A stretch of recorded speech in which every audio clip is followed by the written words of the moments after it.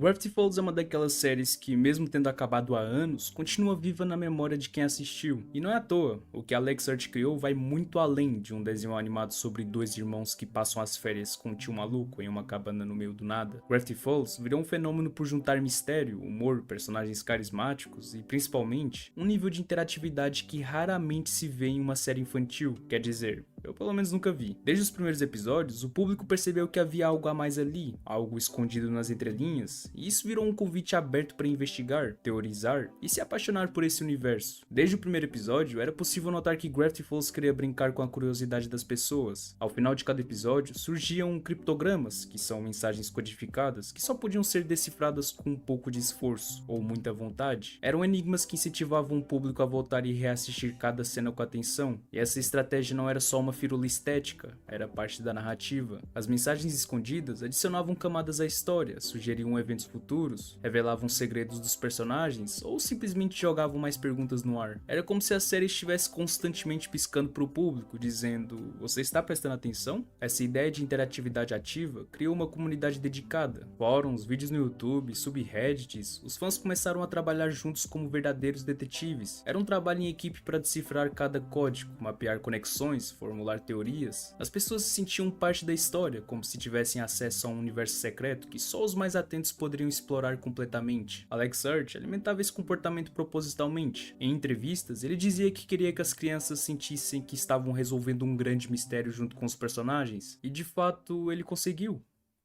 Gravity Falls usou diversos tipos de códigos ao longo da série. Os principais eram o código César, o Atbash e o código A1Z26, no qual letras são substituídas por seus números correspondentes no alfabeto. E isso foi mudando ao longo das temporadas. Cada nova fase trazia um novo desafio, um novo padrão para decifrar, ou seja, a série não deixava o público relaxar. Você podia até se acostumar com um novo código, mas logo depois ele mudava e exigia um novo olhar. Isso manteve um engajamento alto e reforçou a sensação de que tudo em Gravity Falls tinha propósito. Mas talvez o maior exemplo do comprometimento da série com o mistério e a interatividade tenha sido a Caça à Cifra ou Cypher Hunt. Quando a série terminou em 2016, Alex Hurt lançou um desafio global para os fãs. Era uma verdadeira caça ao tesouro, com pistas escondidas em diferentes países, que levavam a enigmas cada vez mais complexos. As pessoas se uniram em tempo real para resolver esses desafios, compartilhando informações online, viajando para locais específicos e usando conhecimentos adquiridos assistindo à série. O prêmio? Uma estátua do Bill Cipher escondida em uma floresta no Oregon. O mais impressionante não foi nem o prêmio em si, mas a jornada coletiva. Fãs de todo mundo trabalharam juntos como se fossem personagens do próprio desenho, e essa fronteira entre espectador e história praticamente desapareceu. Essa estratégia de engajamento fez com que a série se tornasse muito mais do que um produto audiovisual, virou uma experiência. E isso é raro, muitas séries tentam, mas poucas conseguem criar esse nível de envolvimento. Parte disso se deve à consistência narrativa e à atenção obsessiva aos detalhes. Tudo em Gravity Falls era pensado com carinho, desde os objetos no fundo da cena até as frases jogadas aparentemente sem importância. Um exemplo clássico é o diário que Dipper encontra. Ele não é apenas um diário ou um livro que guia a trama, ele é um símbolo da própria série,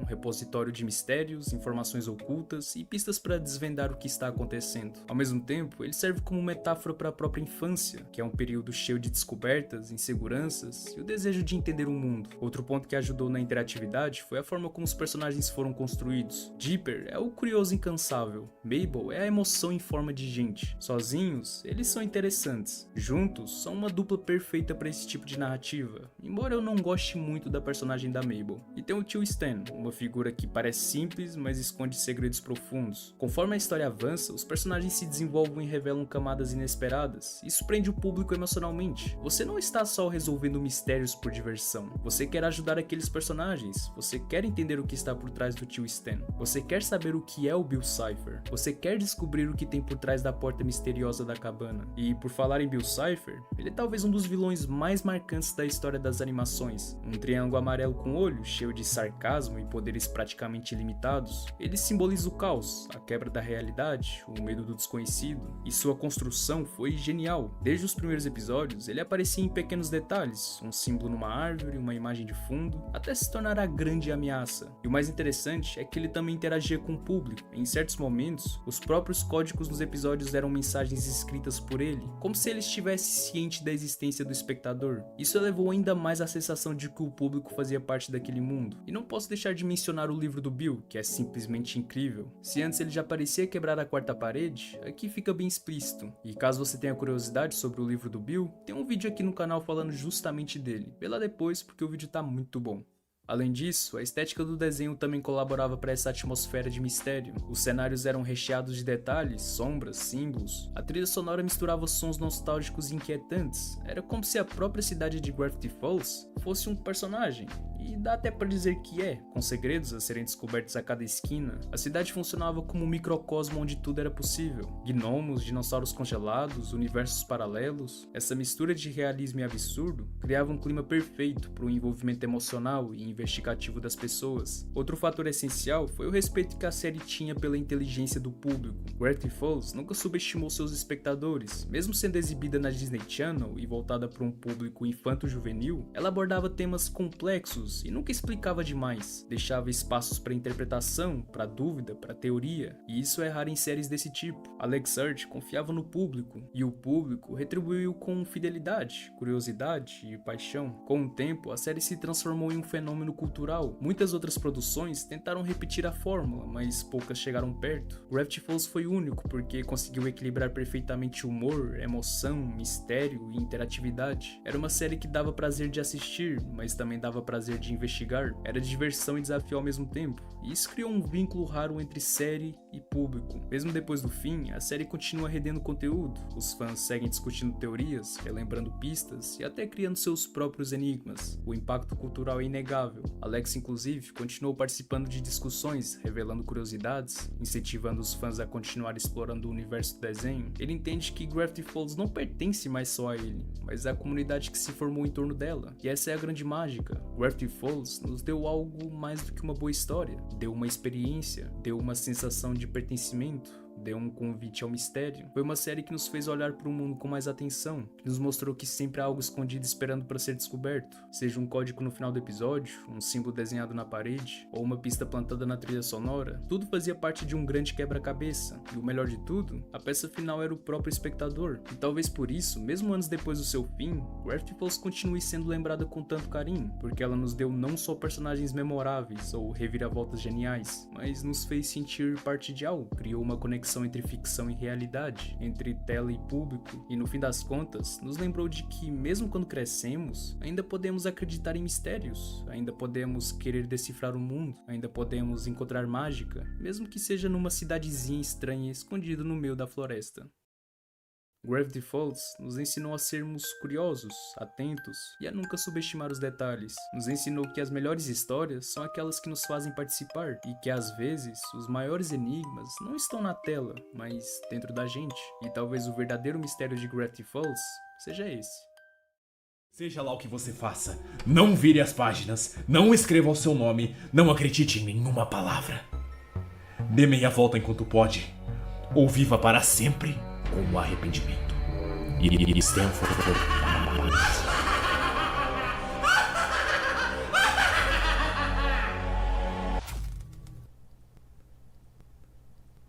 Opa, e aí? Sim, eu aceitei o acordo de Bill. Brincadeiras à parte, nunca pensei que iria dizer isso, mas eu realmente simpatizei com Bill Cipher. Não me interpretem mal, ele não merece ser desculpado, até porque ele cometeu todo tipo de maldade que alguém poderia cometer. Porém, não dá pra negar que o livro mostra um lado dele que nunca pensei, e talvez nem você pensou que veria de um personagem como ele. Parece que aquele ser todo poderoso e maléfico, talvez carregue consigo uma enorme quantidade de culpa. Desde a sua estreia em 2012, Gravity Falls tem sido cheia de mistérios e códigos. Conforme Dipper e Mabel chegam à cidade sobrenatural de Gravity Falls, eles tentam entender a magia ao redor deles e decodificar o código, um guia para a estranha cidade. Mas o que fez Gravity Falls ser um ponto fora da curva foi a forma como instigou nós, o público, a tentar descobrir mistérios ao longo do desenho, permitindo que teorias populares de fãs previssem coisas como o tio-avô Stan ter um irmão gêmeo, e que os símbolos na roda da abertura do desenho correspondem aos personagens da animação. No entanto, a série animada da Disney terminou com várias perguntas sem resposta, com ainda mais surgindo no lançamento do Diário 3, Dipper e Mabel e a Maldição do Tesouro do Pirata do Tempo, e também no mais novo, o livro do Bill. Várias perguntas de histórias anteriores são respondidas, especialmente aquelas sobre Bill Cipher e Axolot. Uma das principais perguntas que o público tinha era se Bill Cipher havia sobrevivido após o final de 4 partes de Gravity Falls. Depois de trazer o Estranhagedon em Gravity Falls, Bill queria levá-lo ao mundo todo, porém precisava da ajuda de Ford para isso. Ford e Stan enganam Bill para entrar na mente de Stan, e acaba por usar a arma que apaga as memórias da Sociedade do Olho Cego, que parece destruir Bill. No entanto, algumas evidências fizeram os fãs questionarem se ele realmente estava morto. Na cena em que Bill está sendo destruído, ele grita uma frase que, quando colocado ao contrário, ele diz a seguinte frase: Axolot, minha hora chegou para queimar. Invoco este poder ancestral para que eu possa retornar. Por outro lado, as memórias de Stan voltaram, o que significa que Bill provavelmente poderia retornar. Finalmente, ao invés de ser completamente erradicado, Bill se tornou uma estátua de pedra na floresta, e a sua mão ainda estendida para um acordo. O livro de Bill revela que ele de fato sobreviveu, e ele o fez com a ajuda do Axolot. Essa figura aparece em outro livro junto aos irmãos Fiennes, Dipper e Mabel e a Maldição do Tesouro do Pirata do Tempo. Nesse romance de escolher sua própria aventura, um caminho leva a um final secreto encontrado através de um site codificado, onde Dipper e Mabel encontram o Axolot. Dipper pergunta sobre Bill, e o Axolot inverso responde essencialmente que Bill sente falta de sua dimensão que queimou, e deve invocar o Axolot para fugir da culpa. Ele basicamente estava profetizando o que iria acontecer. Axolot também diz: se ele quer tirar a culpa, o meu nome ele irá invocar. Uma maneira de absolver seu crime, uma forma diferente, um tempo diferente. Esse poema indica levemente como Bill poderia ter sobrevivido, mas o livro de Bill dá a explicação completa. Quando Bill invocou o Axolot, ele foi trazido do espaço e do tempo para pedir outra chance. Axolot diz a Bill que ele deve se juntar a um programa e mudar seus hábitos, e o poderoso vilão se alegra, pensando que ele enganou outro deus. No entanto, o programa acaba sendo uma terapia interdimensional no teraprismo, onde se espera que ele se reabilite completamente. Então, ele reencarnar em outra forma de vida, como um lagarto ou um esporo. Isso explica a declaração de Axolot de que ele assumirá uma forma diferente, e pelas teorias, ele reencarnou como King, um personagem bastante fofo de A Casa da Coruja. Também explica a própria existência do seu livro, que acaba sendo um diário terapêutico que Bill enviou para a Terra, apesar de ser contra as regras do teraprismo. Em essência, Bill conseguiu se salvar apenas para acabar em seu pior pesadelo, um lugar onde ele precisa ser honesto e confrontar seus sentimentos. E foi justamente isso que me fez querer fazer esse vídeo. Além dos mistérios que Gravity Falls sempre apresenta, ele sempre teve lições para nos ensinar, histórias de amadurecimento, histórias de mudança, histórias de entender a si mesmo e seus erros. E foi aí que o livro me ganhou, porque ele mostra um lado do Bill que, para ser bem sincero, é bastante humano. É até irônico dizer isso como um ser tão cruel quanto ele, mas talvez passar um tempo na Terra com um certo alguém fez ele começar a realmente ter sentimentos, a se apegar. Ele ainda quer cumprir seu plano de mudar a realidade, mas ele claramente se sente triste, ou até mesmo traído por alguém que ele achava ser um amigo. O livro mostra que ele foi traído diversas vezes ao longo dos séculos aqui na Terra, mas dessa vez foi bem diferente. Os fãs sabem há muito tempo que Bill destruiu seu mundo natal, a segunda dimensão. Isso fica até implícito no desenho, uma das muitas razões pelas quais Gravity Falls é um dos desenhos animados mais sombrios da Disney. No entanto, o novo contexto do livro do Bill mostra que Bill ficou profundamente traumatizado por destruir sua dimensão e que provavelmente foi um acidente. Durante toda a sua vida, ele pôde ver a terceira dimensão, mas era proibido até mesmo mencionar tal coisa em seu mundo 2D. Alguns códigos ocultos na página do livro em canudos indicam que ele foi medicado para impedi-lo de vê-la. No entanto, embora ele se veja como superior às outras pessoas de sua dimensão, não parece que ele destruiu sua dimensão em uma tentativa de vingança. Ao invés disso, ele afirma que queria libertar todos de suas ilusões, mostrar a eles o que estavam perdendo e fazê-los ser gratos a ele. E dá para entender essa questão, da mesma forma que nós, seres humanos, achamos loucura a ideia de uma quarta dimensão. Não é teoricamente impossível, mas nós simplesmente não conseguimos enxergar. Da mesma forma que os seres 2D do universo do Bill não conseguem enxergar a terceira dimensão, algo que para eles seria loucura e talvez acabaria com as suas crenças, ou eles simplesmente tinham medo do desconhecido. Existe um livro que fala justamente sobre isso. Em 1884, Edwin Abbott criou um livro chamado de Flatland, um romance em muitas dimensões, onde ele conta a história de figuras geométricas de duas dimensões, onde eles vivem em um mundo onde não existe uma terceira dimensão. Porém, quando uma esfera que é uma figura tridimensional visita seu mundo, eles ficam muito assustados desconectados e sem entender nada. E acredito que foi isso que aconteceu com Bill, e talvez até aconteceria com seres humanos se dessem de cara com uma quarta dimensão. Mas é claro, Bill é um narrador não confiável, mas há certos detalhes que sustentam essa interpretação. Por um lado, quando ele tenta escrever sobre o que aconteceu com sua dimensão, o texto é bloqueado principalmente por estática. As poucas palavras visíveis indicam a sua culpa e angústia, como a frase "minhas mãos, tremendo enquanto eu percebia que nunca poderia desfazer isso". Ele então diz que falar sobre esse evento sempre faz seus ouvidos zumbirem, e ele acaba por desmaiar. A estática provavelmente não é uma redação proposital de sua parte, pois ele geralmente faz isso riscando coisas, censurando ou se intrometendo para interromper. É sempre visivelmente proposital quando ele pretende alterar as coisas, enquanto a estática aparece em momentos angustiantes, como Stanley socando Bill para fora de sua cabeça. Claramente, algo horripilante e ainda mais sombrio do que os episódios mais assustadores de Gravity Falls aconteceu na casa de Bill. Finalmente, o livro do Bill explora mais do relacionamento de Bill e Ford e mostra que eles eram realmente muito próximos. Bill tentou fazer com que vários humanos construíssem seu portal, até mesmo aparentemente conhecido Bill Whitbane de A Casa da Coruja no Caminho, continuando assim a conexão entre os dois desenhos, mas se tornou realmente próximo de Ford. Um exemplo disso é o momento mencionado acima quando Bill contou a Ford sobre sua dimensão natal, mas há muito mais. Bill revela que ele tem algumas páginas que Ford arrancou do Diário 3, especialmente páginas que eram muito pessoais e emocionais. Fãs da animação e leitores da cópia original do Diário 3 saberão algumas coisas sobre o relacionamento de Bill e Ford. Ford admirava Bill, o via como um mentor e então foi traído quando percebeu que o portal que o Bill estava ajudando a construir levaria ao apocalipse. No entanto, o livro do Bill mostra que na verdade havia mais entre eles do que isso. Ford e Bill agiam como amigos de verdade e às vezes até agiram de forma ligeiramente romântica, o que fez os fanfiqueiros de plantão criar as suas teorias que os dois realmente eram um casal. A Mabel que o diga.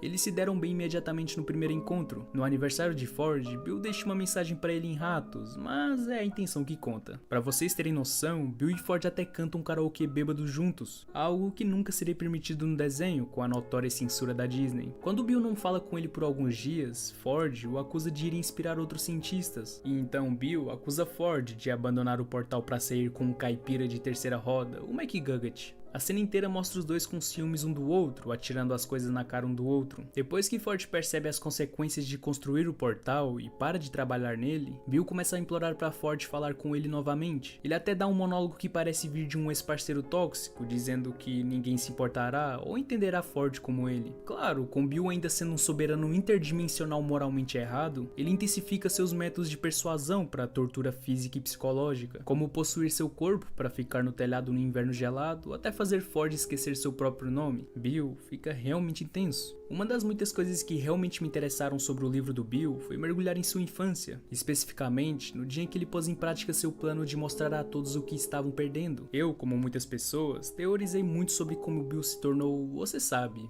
Bill. Acredito que muita gente chegou na mesma teoria que a minha, presumindo que Bill destruiu sua dimensão de propósito, porque ele ficou frustrado com seus planos e simplesmente enlouqueceu. No entanto, não foi isso que aconteceu. Bill destruiu seu mundo acidentalmente. Esse capítulo específico é mais interessante para mim, porque mostra um pouco do remorso e culpa de Bill por ter destruído sua dimensão. No final das contas, acho que esse livro é sobre a ideia de aceitação, especialmente a diferença em como Bill e Ford abordam seus problemas. Não vou estar aqui comparando o nível de trauma do Bill com as inseguranças sociais de Ford, mas eles estão essencialmente se aprofundando no mesmo tópico de aceitação. Eu poderia dizer muito sobre a jornada de Ford ao longo das poucas interações que temos com ele no livro e no capítulo designado para suas páginas perdidas, mas direi apenas isso, até porque pretendo no futuro fazer um vídeo sobre ele. Ford é um homem muito orgulhoso e isso fica claro. Ele também é muito solitário, como é descrito em seus escritos, e além de estar sozinho, ele também tem medo de admitir que está errado. O relacionamento dele com Bill é como um término embaraçoso. Ele não quer admitir que foi enganado e acredita que Bill é uma entidade perigosa que é literalmente o diabo. Acredito que a relação deles foi como grandes amigos, nada mais do que isso. Ford encontrou alguém que pudesse conversar sem parecer um maluco, alguém que o entendia. E por mais que Bill tenha encontrado alguém para construir o portal, sabemos que Bill também o viu como um amigo, tanto que ele fica decepcionado com a traição. Consigo entender um pouco as pessoas que falam que foi uma relação amorosa, mas amizades também são assim. Os amigos ficam decepcionados decepcionados, se sentem traídos e ficam com ciúmes. Ainda mais, não acredito que essa tenha sido a intenção do autor, até porque não faz muito sentido na minha cabeça a relação de uma entidade cósmica triangular com um ser humano. E a fala da Mabel sobre eles parecerem um casal em um término é porque, convenhamos, é a Mabel. Ela é fanfiqueira e gosta demais de coisas sobre romance. Mas a preocupação de Ford é a sua própria família, porque se o Bill enganou, ele pode enganar qualquer um. Mas a grande verdade é que o Bill é uma grande piada. Ele é muito bom em manipular as pessoas para fazer parecer mais ameaçador e todo-poderoso. No entanto, ele realmente não é, a menos que você lhe dê esse poder e aperte sua mão. Ele é um parasita que se alimenta das inseguranças e fraquezas das pessoas. Então, junto com a aceitação de que Bill não é uma entidade aterrorizante, ele aprende a aceitar que ele errou. E tudo bem, Bill agora é apenas uma história assustadora para contar na fogueira, uma mera lembrança de um erro. Quando Stanford foi apresentado pela primeira vez em Gravity Falls, não tínhamos ideia do que pensar dele. Ele seria um cara legal? Um cara mau? Ele se importa com a sua família? Bem, se tem um conselho que recebemos do Ford, é para não confiar em ninguém, e isso já diz muito sobre o personagem. Ford não entende o valor de relacionamentos amorosos, e essa acaba por ser a sua ruína em Gravity Falls. Mas para ser sincero, com base em seu histórico, você não pode realmente culpá-lo. Aos olhos de Ford, todos com que ele se importava o deixaram. Então ele passa 30 anos sozinho, se defendendo entre as dimensões. Então é natural que ele seja um homem solitário, mantendo-se sozinho e com seus experimentos. Fora que não podemos esquecer do tempo que ele esteve com Bill Cipher, e isso com certeza afetou e muito a forma como Ford enxerga tudo. Isso é, até o Dipper aparecer.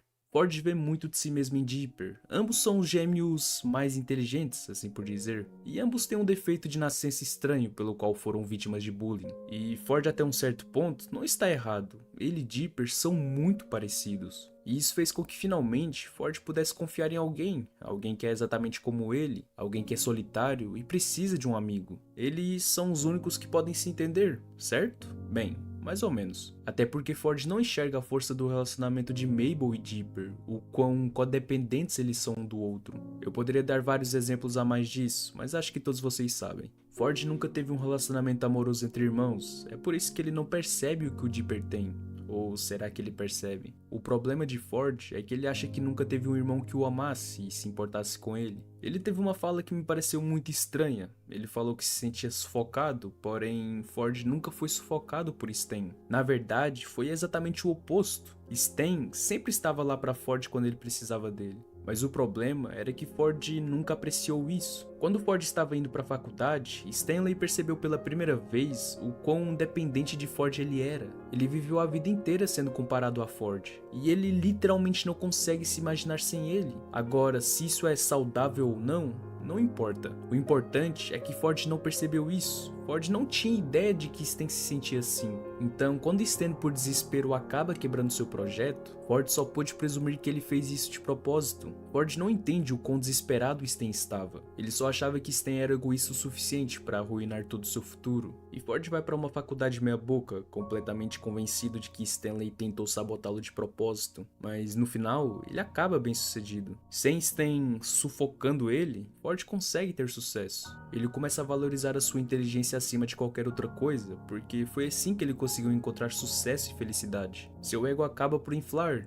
e Bill só ajudou ainda mais com isso. Ford acredita que foi feito para alguma coisa, que foi o escolhido, e na visão do Ford, Dipper talvez sinta o mesmo, porque ele acabou de receber uma oportunidade incrível, e ele não pode recusar, porque isso significaria que ele estaria desperdiçando seu potencial, mesmo que isso signifique deixar sua irmã para trás, porque no final, essas relações acabam por segurar ele, e não importa o que aconteça com eles, o que importa é o que é lógico, o que é melhor para o Dipper. Tudo o que aconteceu com Stan e Ford estava prestes a acontecer com Dipper e Mabel, em que em um ato de desespero, um dos irmãos acaba por cometer um erro gravíssimo. Então poderíamos dizer que a profecia se tornou realidade, certo? Seria, se Dipper fosse como Ford, mas ele não é. Repare nessa cena aqui, em que os drones de segurança aparecem. Ford naturalmente sabe que o seu intelecto é a única coisa que o pode salvar, e ele acha que é o mesmo para Dipper, mas não é. Dipper não acredita em si mesmo e em seu intelecto, não é isso que ele valoriza. Quando o drone começa a levar Ford embora, a prioridade de Ford é selar a fenda. Essa seria a coisa lógica a se fazer, até porque a sua vida não vale o mundo, e ele não espera que o Dipper o salve. Mas Dipper imediatamente entra em ação, até porque para ele a fenda é apenas a segunda prioridade. E Ford não compreende isso. Da perspectiva dele, ninguém nunca se importou com ele. E vemos que a forma como Dipper derrota o drone no final não foi a partir de sua lógica. Foi porque ele ama Ford. Dipper não é o Ford, não importa o que Ford possa pensar. Ele está tão cego por suas semelhanças que está ignorando todas as suas diferenças gritantes. Ele realmente acha que está fazendo o que é melhor para Dipper. E não me entendam mal, ele realmente se importa com ele. Mas Ford está apenas fazendo o que seria melhor para si mesmo. E ele não entende porque nunca teve esse relacionamento amoroso. Ele não tinha ninguém que desistiria de tudo por ele. Ele não tinha ninguém que se importasse com ele incondicionalmente. Tem um ponto importante que devo ressaltar, essa nova confiança de Dipper não foi obra do Ford. É claro que ter alguém por perto que é como você e diz que você está destinado à grandeza é muito bom, mas há apenas uma pessoa que pode assumir total responsabilidade pelo crescimento da autoestima de Dipper durante o verão, e essa pessoa é o Stan. Dipper achava que o tio-avô Stan o odiava por ser de certa forma bastante tóxico com ele, o que eu ressaltei no vídeo que fiz sobre o Dipper. Porém, quando ele entra na mente do Stan, descobrimos que Stan foi duro com ele porque ele estava tentando impulsionar Dipper e fazê-lo lutar quando o mundo luta contra ele. Stan sabia absolutamente que isso era parcialmente o que causava os problemas de Ford, e sabendo que Dipper era muito parecido com seu próprio gêmeo nerd e provavelmente teria falhas semelhantes, ele ensinou Dipper a se defender, ser confiante e se valorizar por quem ele é, ao invés do quanto conhecimento ele possa ter. Quando criança, Ford nunca se defendia e Stan sempre teve que fazer isso por ele. E quando ele foi para a faculdade, ele se orgulhava não de ser ele mesmo, mas de sua inteligência. Para Ford, a sua inteligência é seu valor, graças ao seu pai dizendo isso a ele. E sabíamos muito bem que seu pai só dizia isso porque sabia que ia ganhar muito dinheiro. Mas Ford projeta isso em Dipper, ele vê o valor dele da mesma forma. Ele inicialmente só valorizou a inteligência de Dipper porque é isso que ele aprendeu a valorizar nas pessoas, graças ao seu pai o ter marcado psicologicamente. E isso não é necessariamente uma coisa ruim, mas só agora ele começou a perceber que gosta de Dipper como mais do que um garoto inteligente. Ele é seu sobrinho que o ama pelo que ele é, não apenas por sua inteligência. É alguém que o entende e vai se divertir com ele, ao invés de vê-lo como um homem altivo e indiferente. E o que aconteceu com Ford é a mesma coisa que acontece com Stan. Ele costumava pensar que seu valor estava em quanto dinheiro ele tinha, devido ao seu pai tê-lo expulsado por ter custado uma fortuna a eles. E quando você olha para Gravity Falls de longe, você começa a perceber que há um tema principal se desenvolvendo. A família Pines tem problemas com identidade e autoestima, e com pessoas que não olham além da superfície. Ford obtém autoestima da inteligência, Stan obtém autoestima do dinheiro, Mabel obtém autoestima de ter uma relação amorosa, e Dipper obtém autoestima por estar certo e ser inteligente. Mas o que todos esses personagens aprendem ao longo da série é que a sua autoestima está realmente ligada ao amor que eles sentem um pelo outro. E sim, eu sei que isso é algo bem meloso, mas é um desenho infantil que no final quer transmitir uma lição. Assim como disse anteriormente, Ford nunca se sentiu amado antes. E embora ele tenha o amor de seu irmão e de seus sobrinhos, ele não percebe, porque no fundo, ele não acha que alguém irá amá-lo. Ford odeia a si mesmo e acha que o mundo também o odeia, mas somente por meio de sua amizade com Dipper que ele percebe que sim, as pessoas realmente o amam por ele ser quem ele é, e não apenas por algo tão individual como a sua inteligência. O relacionamento de Dipper e Mabel abriram seus olhos, e o auge de seu desenvolvimento é quando ele percebe que apesar de anos se sentindo enganado, rejeitado e não amado, ele realmente tem um irmão que sempre esteve lá para ele também, mesmo quando ele não merecia. Como todos sabemos, Mabel Fiennes é uma criança de 12 anos que, como qualquer criança e pessoa, tem seus próprios defeitos. Ela pode ter boas intenções e não querer fazer mal, mas está tão focada em seus próprios objetivos pessoais e se divertir que ela não para pensar antes de agir, ou como suas ações afetam outras pessoas, machucando-os no processo sem querer, mas também sem se importar com isso. Às vezes até achando engraçado, e isso às vezes a faz parecer insensível. Existem muitos exemplos disso ao longo de Gravity Falls, como nos episódios O Porco e o Viajante do Tempo, ao fundo da piscina, tapete elétrico e vários outros episódios. Ela mesmo foi o grande motivo do Estranhagedon. Além disso, ela pode ser extremamente hipócrita, como ela ficar brava com as pessoas por coisas que faz diariamente, que vão desde mentir até flertar ou forçar um romance pros outros. E por falar em romance, se está relacionado ao modo como Mabel não apenas tem uma ideia errada sobre isso, mas também como ela aborda isso e como ela não tem respeito pelo livre-arbítrio ou pelos limites de outras pessoas. Perseguir garotos, roubar, sequestrar, persegui-los independentemente deles querendo sair com ela ou não, e até mesmo afirmando no guia de romance de Mabel que se você não acha que é a pessoa certa, não há problema em forçá-lo. Vemos ela odiando Gideon por tentar forçá-la a namorar com ele, mas aí ela não tem escrúpulos em fazer isso com outras pessoas. Também a vemos dando um tratamento silencioso em Dipper e Stant sempre que um deles mente pra ela. Pra Stant, chegando ao ponto de forçar sua vontade sobre ele com os dentes de ouro. Nós a vimos mentindo muitas vezes durante todo o desenho, independentemente do quanto ela atrapalha outras pessoas com isso. E não me interpretem mal, não há nenhum problema em Mabel ter todas essas falhas. Na verdade, Mabel ter todas essas falhas faz dela uma personagem infantil realista, que está perfeitamente preparada para um maior desenvolvimento pro co-protagonista que ela é. Eu literalmente já vi muitos desses problemas não apenas em crianças, mas em adultos na vida real. A questão é a falta de responsabilização que as falhas e ações de Mabel têm. Uma história precisa ter mudanças. Os personagens, o lugar, qualquer coisa tem que mudar. Se as coisas continuarem exatamente da mesma maneira antes e depois da história terminar, não há história para contar, nenhuma mudança para contar e nenhum impacto. E isso prejudicará as mensagens, temas e lições nele contidas. Isso é básico na narrativa. Nessa animação de TV focada em um casal de gêmeos que estão resolvendo mistérios, mas também lidando com as lições que precisam aprender para amadurecer e crescer, os temas são claros: crescimento, relacionamento entre irmãos, abraçar sua estranheza e etc. E nesse desenho, os gêmeos Dipper e Mabel são duas faces da mesma moeda. Dipper é tímido e adora mistérios, mas quer ser levado a sério e crescer rápido demais, enquanto Mabel é extrovertida, louca e que nunca quer crescer. Então, enquanto se equilibram, os dois filhos precisam aprender isso. Os dois precisam amadurecer e crescer no seu próprio ritmo. Dipper precisa aprender a aproveitar o momento e ter calma, e Mabel precisa aceitar que terá que aceitar as mudanças em sua vida. Dipper, como protagonista, passa por isso, até mesmo personagens principais como Stan Ford e personagens secundários como Sus, Pacifica e Gideon,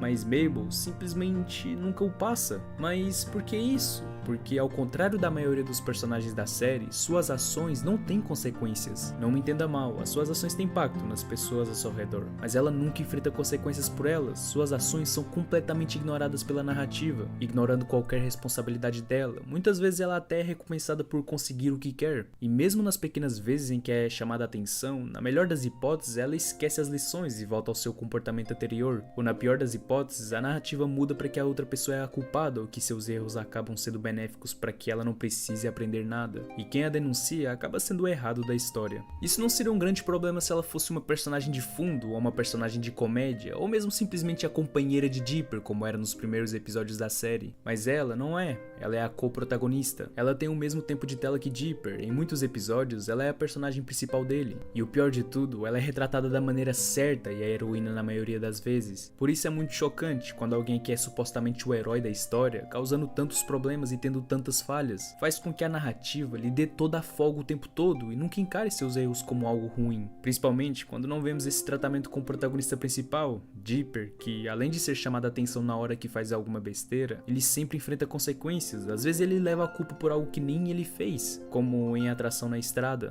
Tanto para os personagens da série, quanto para a narrativa e até mesmo para os roteiristas, parece até que o Dipper é o saco de pancada de todos. Muitas pessoas podem responder que, embora a escrita de Mabel seja uma bagunça, isso não afetou a narrativa do desenho, e que eu estou exagerando quando digo que isso quebra a narrativa, mas eu tenho boas razões para afirmar por que a escrita de Mabel atrapalha a maioria dos temas e lições principais. O arco principal de Mabel no desenho foi enfrentar suas falhas e superá-las, como todo mundo fez, e no caso dela, o mais importante, principalmente no final da série, foi aceitar crescer, sendo a contraparte de Dipper. Mas a questão é, ela nunca fez isso. Mabel, em todo o desenho, nunca corrigiu seus erros ou corrigiu suas falhas, ou até mesmo corrigiu seu comportamento quando era necessário, pois ela sempre voltava a fazer a mesma coisa, e sempre acabava conseguindo o que queria sem ter que fazer nenhum esforço e muito menos sacrifício para fazer o que era certo de melhorar. No final do desenho, principalmente no episódio Fuga da Realidade, ela consegue tudo o que deseja às custas de Dipper. Logo após se recusar a ajudar sua família e amigos, que estavam sofrendo por causa de seus próprios erros, ela se recusa abertamente a impedir o fim do mundo, até que Dipper deu a ela o que ela queria às suas próprias custas, desistindo completamente de seu futuro. Mabel consegue consegue tudo o que queria desde o início, ninguém fica bravo com ela por seu comportamento, ninguém a critica e ela nunca pede desculpas ou mesmo faz alguma coisa. Ela nem demonstra remorso ou culpa por suas bagunças, ela até age como se ela não tivesse feito nada de errado e não tivesse nada a ver com ela. Isso não é progredir como personagem ou crescer, porque ela simplesmente não tinha nenhuma responsabilidade. Na verdade, isso reforça que ela não cresceu e não mudou nada durante todo o desenho. Isso não apenas atrapalha o arco de sua personagem, mas também atrapalha seu papel como co-protagonista em uma série focada em crescer. Eu gosto do Dipper e acho que ele é incrivelmente bem escrito. Pessoalmente, ele e os Stan são os personagens mais bem escritos de toda a série, sem dúvida. E quando se trata de desenvolvimento e lições, Dipper foi quem mais aprendeu e progrediu. O problema é que quando ele divide os holofotes e o papel de protagonista com Mabel, conseguimos ver o contraste chocante que a narrativa lhe dá como destaque. Mas o que realmente está em questão aqui não é apenas o favoritismo, é o fato da narrativa desfazer as lições de Dipper para favorecer Mabel. Por que eu digo isso? Porque apesar de todas as lições que Dipper aprende depois de consertar seus erros, são os mesmos erros pelas quais Mabel é instantaneamente perdoada e recompensada, prejudicando assim o progresso de Dipper, porque de que adianta ele aprender tantas lições para melhorar, se mais tarde a série faz Mabel não aprender nada disso e ainda assim é considerada superior a Dipper em termos de moral e pureza de coração. Por que se preocupar em tentar ser bom se a contraparte é pior e não aprende nada, mas ainda assim é tratada e considerada melhor? Quando se trata de romance, Dipper é criticado e muitas vezes ridicularizado por gostar de uma garota 3 anos mais velha que ele. Mabel, porém, desde o primeiro episódio da série a vemos perseguindo e flertando com cada rapaz com quem ela cruza, muitos deles ainda mais velhos que o Andy, como o mestre dos fantoches e os rapazes da banda. Logo no primeiro episódio ela namora Norman, que interpreta um velho adolescente da idade de Robbie, uns 17 anos, mas na narrativa, nem Stan, Dipper, Wendy ou Sus viram problema nisso. Na verdade, ela foi apoiada. A única preocupação apontada foi porque pensaram que ele poderia ser um zombie e acabaram sendo os gnomos, e não por causa da diferença de idade. Quando se trata de bagunçar o tempo, Dipper é chamado de idiota e tem que consertar isso. Mabel, no entanto, quebra literalmente toda a linha do tempo, causando anomalias durante um ataque para irritar Dipper e colocar Blanding na prisão. Ela conserta alguma coisa? Não.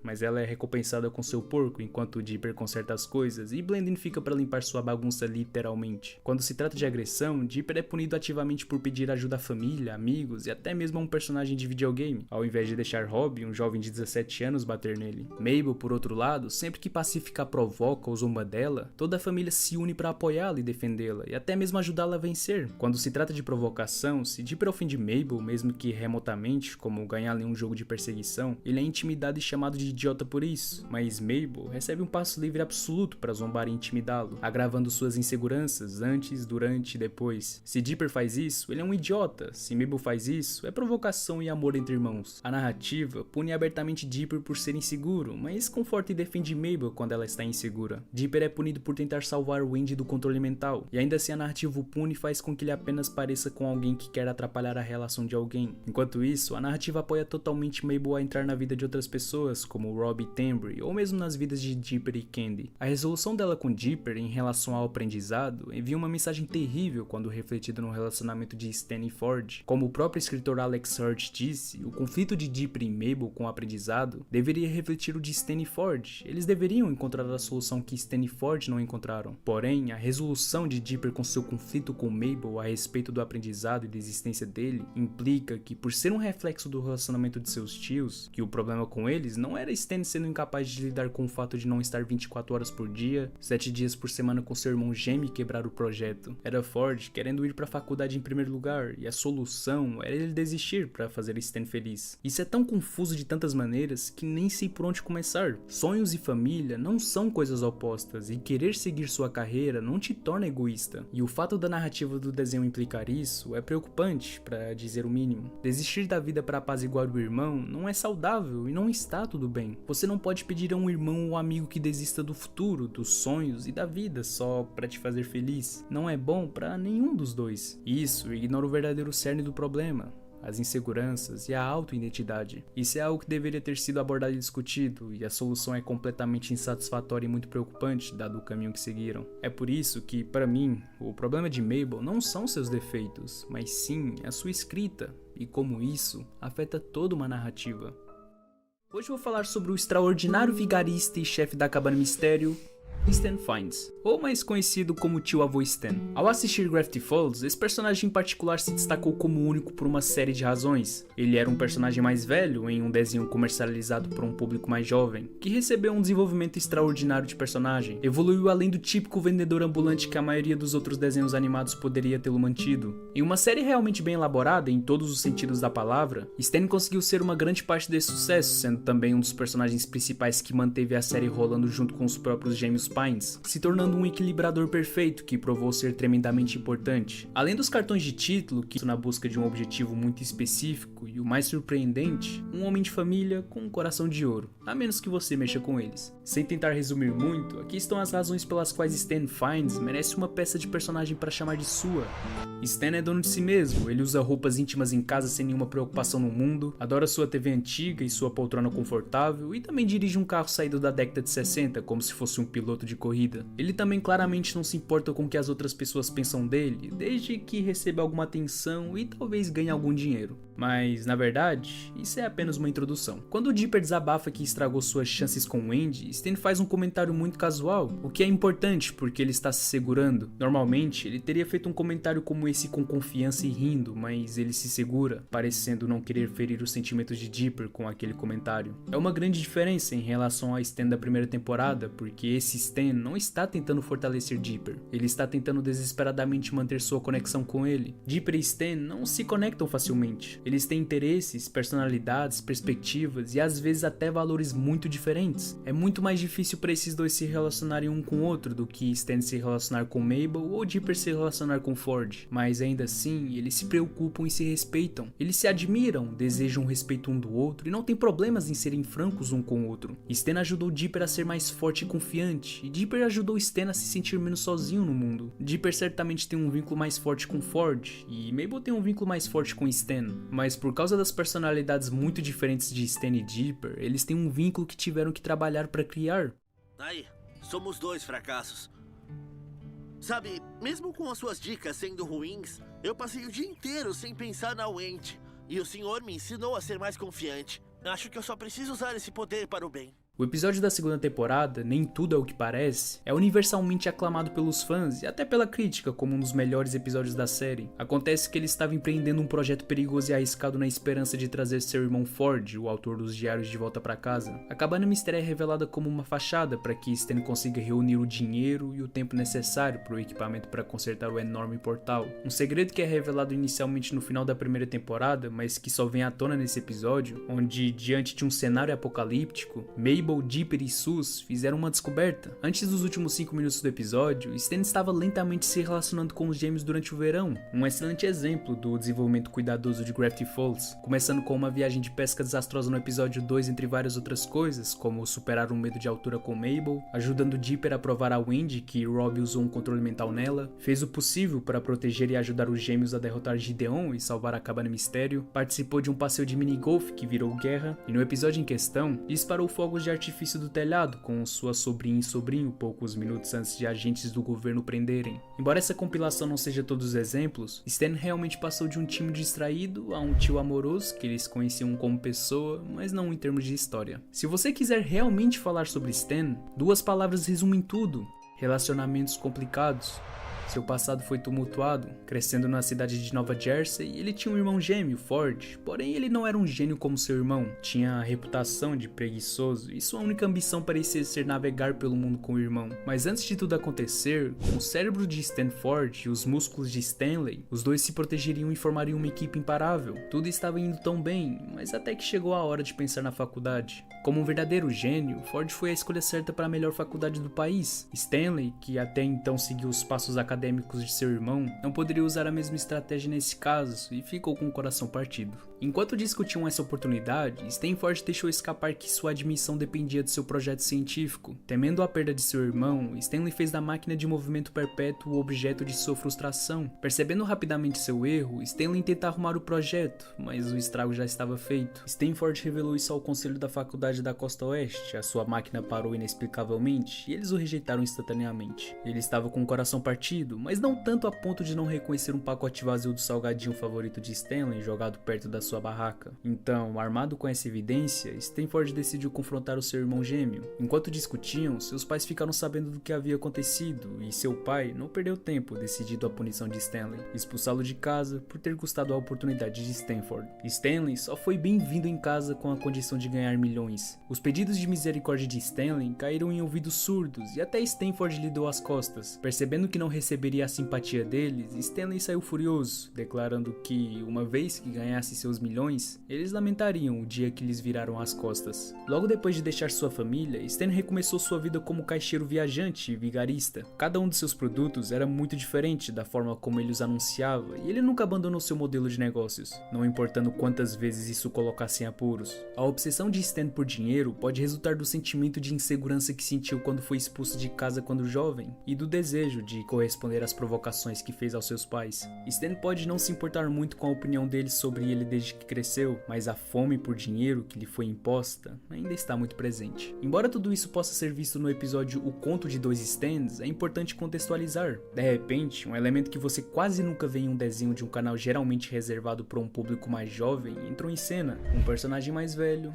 com vários problemas e falhas. Uma discórdia cresceu entre ele e seu irmão, e foi fisicamente simbolizada pelo eventual reencontro de curta duração que resultou no desaparecimento de Ford no portal. Nesse sentido, os diários que Stan procurou reunir e o próprio portal representavam coletivamente Ford e a lacuna profunda que se desenvolveu entre os gêmeos Fiennes originais, literalmente estendendo o espaço e o tempo. Quando Ford voltou pelo portal e deu um tapa em Stan, foi merecido. Eles tiveram muitos problemas e ficou óbvio ao pensar sobre o relacionamento deles para essa série e, em geral, era absolutamente necessário que algo dramático fosse a única maneira de resolver tal lacuna. Também foi uma tensão que não passou despercebida às pessoas mais velhas que assistiram Gravity Falls. E essa resolução tanto para os irmãos quanto para a maneira de Stan compensar os segredos estava no final, o Estranhagedon. O apocalipse louco de Bill Cipher é onde termina o papel de Stan, que prova ser satisfatório e uma resposta a todas as questões criadas até esse ponto. Até o ponto em que Stan se voluntaria para apagar suas memórias, a fim de facilitar a derrota de Bill. Com a ruptura figurativa de seu relacionamento com Ford se ampliou desde o Conto de Dois Stans, foi apropriado apenas quando a ruptura literal do espaço-tempo foi aberta entre Dipper e Mabel versus o futuro, que a resolução de Stan viria. Nesse caso, o sacrifício altruísta para derrotar um mal indescritível foi a escolha, e trouxe à tona o melhor do seu personagem. Apesar de suas falhas, seu senso de humor, capacidade de socar coisas, seu amor pela família e, claro, o fato de que tudo que Stan sempre quis foi se redimir aos olhos do mundo, ou pelo menos das pessoas com quem ele se importava, alguns fãs reclamam da ideia de que Stan recuperou suas memórias muito rapidamente, ou que ele nem sequer deveria ter recuperado, porque, querendo ou não, traria mais carga dramática à história e também mostraria as consequências de uma grande escolha. Mas, refletindo sobre isso, teria sido uma falta de leviandade no equilíbrio que Gravity Falls atingiu como um desenho entre engraçado e alegre a sério e sombrio. A escolha de fazer isso também permitiu um arco completo entre Stan e Ford. O último reconheceu sua arrogância até certo ponto e finalmente apreciou as coisas que seu irmão estava tentando fazer. E o primeiro provou a Dipper e Mabel quem ele era definitivamente e voltando a se conectar novamente com Ford. Hoje em dia é difícil encontrar desenhos que têm esse equilíbrio que Gravity Falls tem. Superficialmente, pode parecer qualquer outro desenho animado infantil maluco, com personagens engraçados e enredos bobos, mas desde o primeiro episódio é fácil perceber que essa animação é algo especial, é uma história completa repleta de conhecimento e construção de mundo. Tem seus problemas, como mencionei no vídeo sobre a Mabel, mas que série, filme, desenho não tem. Os personagens são genuínos, as histórias são criativas e as lições são importantes para todas as idades. Então, se você estiver interessado, não espere para visitar ou revisitar Gravity Falls. Os mistérios estão te esperando.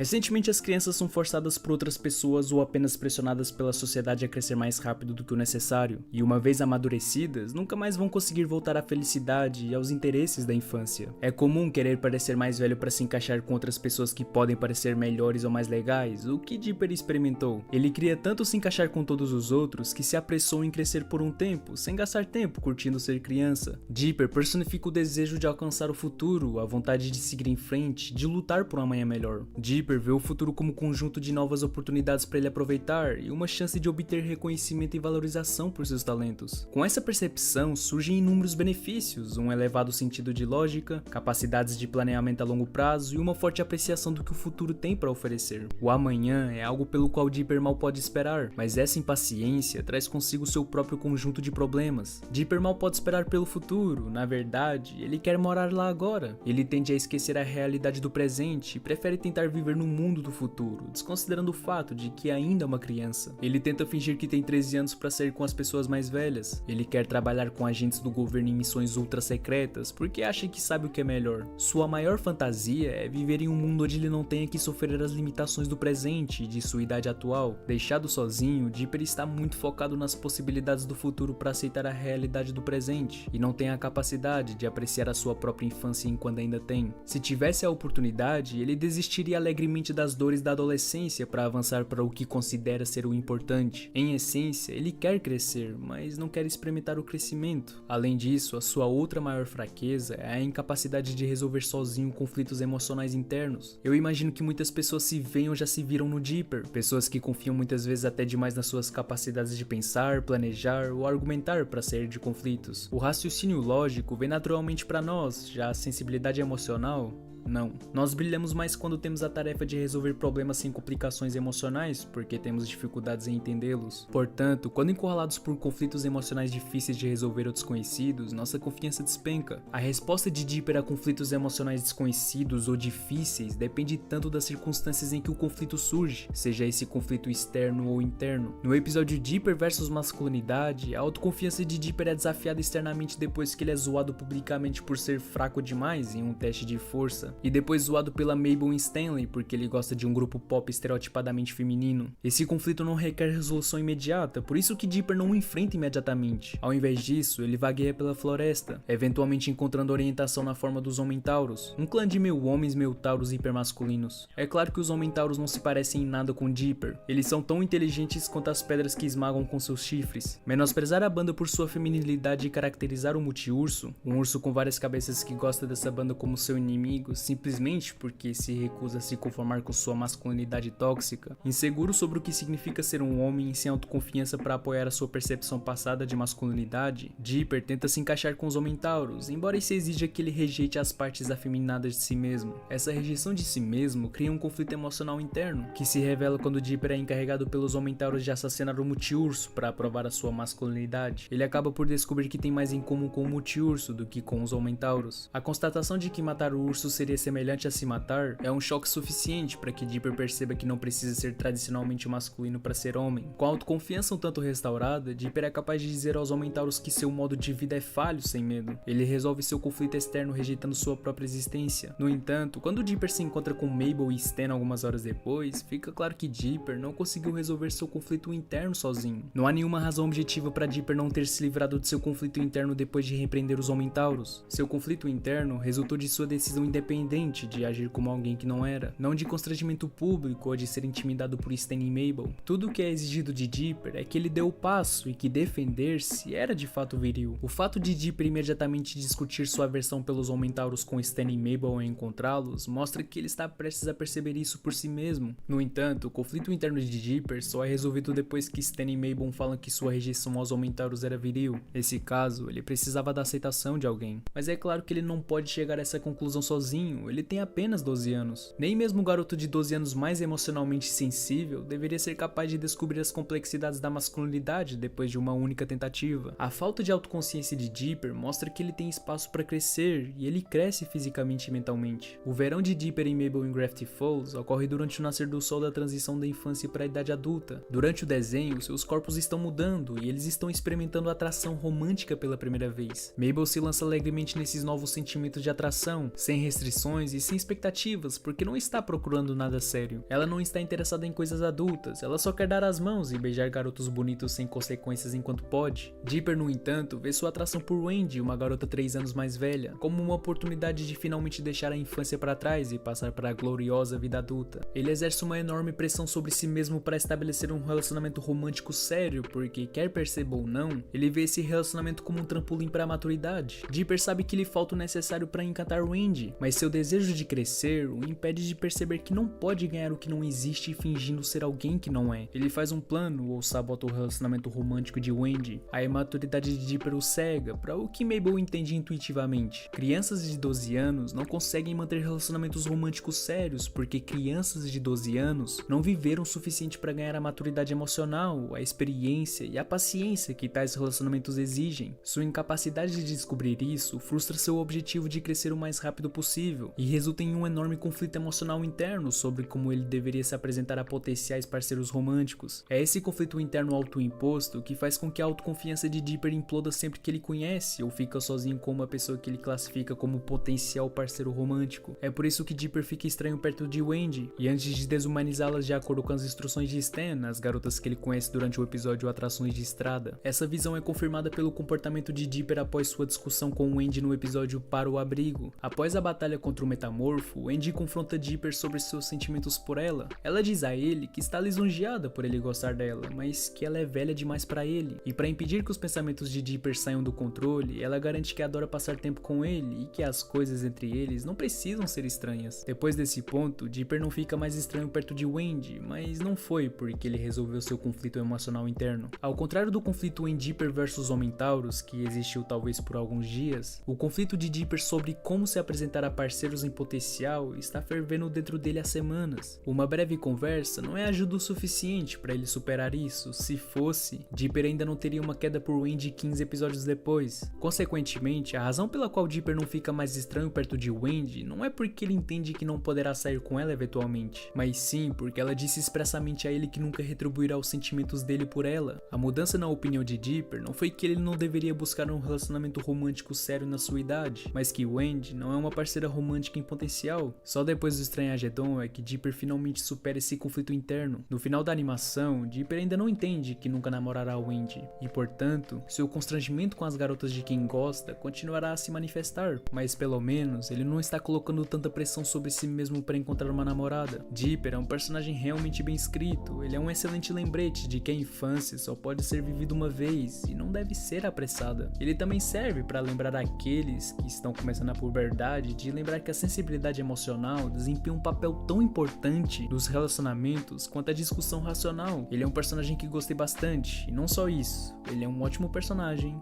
em um dos melhores desenhos já feitos de todos os tempos.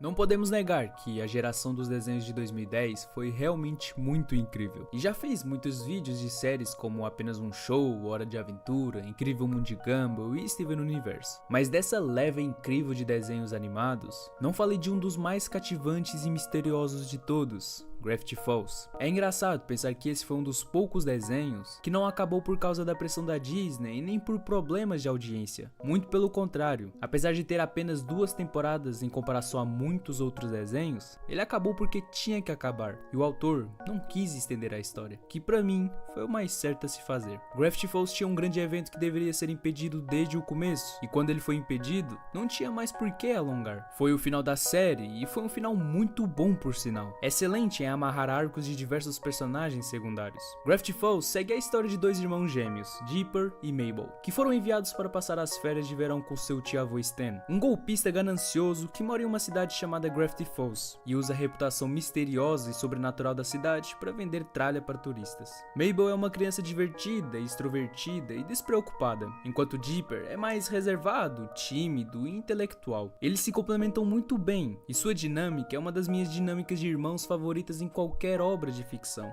Mabel ficou muito feliz com a oportunidade de estar em um lugar totalmente novo, com pessoas totalmente novas, e viu isso como uma chance de ver mais do que o mundo tem a oferecer. Dipper, por outro lado, imediatamente suspeitou da cidade em que estava hospedado, e essa curiosidade foi encorajada por um diário que ele descobriu escondido na floresta. Depois de ler mais sobre a estranheza de Gravity Falls, ele começou a se aventurar com sua irmã, onde pode se aproximar de alguma das criaturas mais estranhas que poderia ter imaginado. Tio Stan, no entanto, achava ridículo eles perderem tempo tempo com o que ele acreditava serem apenas invenções de suas imaginações hiperativas. Felizmente para os gêmeos, eles tinham muitas outras pessoas para ajudá-los em suas investigações, como o Andy e o Sus, os únicos 2 funcionários da Cabana do Mistério. Ao longo desses 3 meses, eles vão investigando e descobrindo mais e mais mistérios enquanto vão fazendo amigos e conhecendo melhor os habitantes da cidade, se tornando parte da comunidade pouco a pouco. Eventualmente, eles desvendam a maioria dos mistérios da cidade, conhecem melhor as criaturas estranhas que habitam a região, conhecem o autor do diário e no fim todos se reúnem para derrotar um demônio interdimensional chamado Bill Cipher, que é um dos personagens mais interessantes e estranhos da série. Ao contrário dos outros personagens principais, Bill não era humano, ele era um demônio do sonho. Apesar de seus comentários espirituosos e atitude aparentemente útil, Bill mais tarde se tornou a criatura mais perigosa contra a qual os gêmeos teriam que lutar. No primeiro episódio, Dipper descobriu um diário cheio de informações sobre os mistérios de Gravity Falls. Infelizmente, não havia autor conhecido do livro e havia pistas mínimas sobre quem poderia ser o escritor misterioso. A única informação que ele realmente sabia no início sobre o autor era que ele tinha 6 dedos e que, como o diário que ele tinha estava marcado como 3, poderia haver outros 2 livros anteriores a esse. A busca de Dipper para encontrar o autor permaneceu no plano de fundo da trama por um tempo,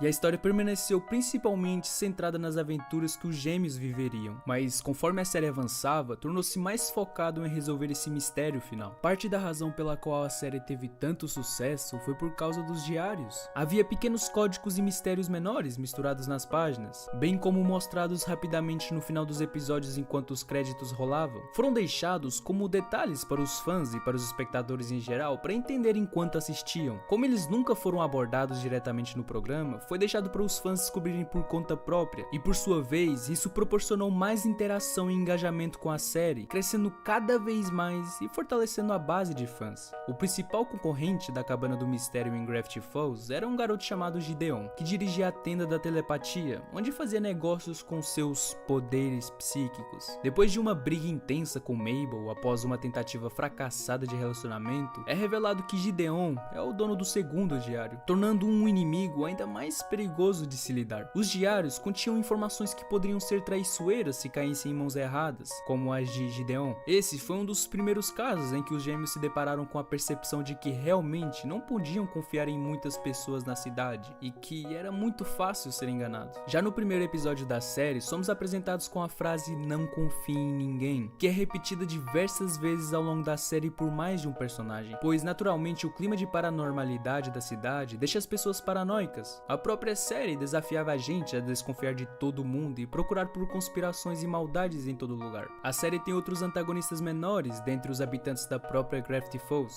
Não são exatamente pessoas malignas, mas figuras antagonistas que tornam a vida de Dipper e Mabel pior, como Robbie, por exemplo, que namora Wendy, a garota de quem Dipper gosta, ou Pacífica, a patricinha rica que desnecessariamente age feito uma idiota com Mabel, ou o próprio Gideon, que na verdade é sim uma pessoa maligna e psicótica. Porém, ao longo das 2 temporadas em que nos aprofundamos mais na cidade de Gravity Falls, nos aprofundamos melhor no que os torna tão detestáveis, mas também quais são as suas qualidades redentoras. Tudo planejado para que no final os 3 pudessem desempenhar sua parte para derrotar Bill Cipher. E não vou falar muito sobre ele porque pretendo fazer um vídeo só sobre esse vilão que tem uma filosofia bem interessante em sua volta.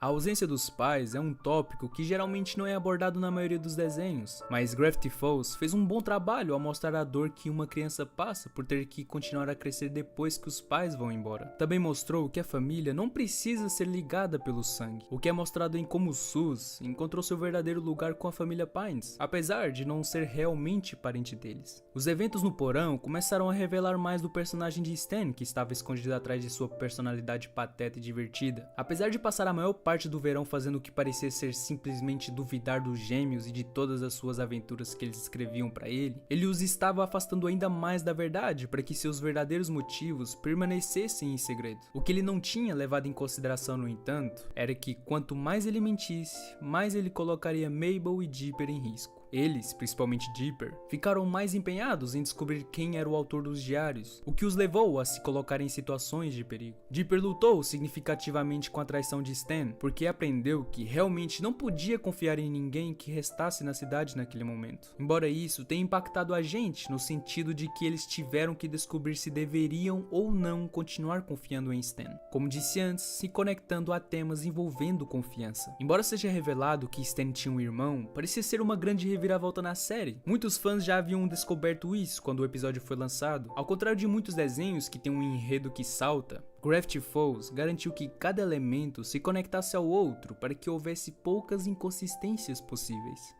As pessoas lidam com o crescimento de maneira diferente, e Mabel e Dipper demonstram isso perfeitamente. Eles se prepararam para completar 13 anos. Dipper sempre teve pressa para crescer. Ele teve uma queda por Wendy durante o verão e constantemente queria chamar sua atenção e parecer legal para ela e seus amigos adolescentes. Ele chegou a mentir sobre ser mais velho para que as pessoas o vissem como um garoto mais velho e legal. Mabel era exatamente o oposto de Dipper nessa situação e estava com medo de crescer. Ela odiava mudanças e odiava ainda mais porque Dipper estava agindo como se não se importasse quando ela precisasse que ele estivesse lá para ela. Então, ela saberia que mesmo que eles estivessem envelhecendo, algum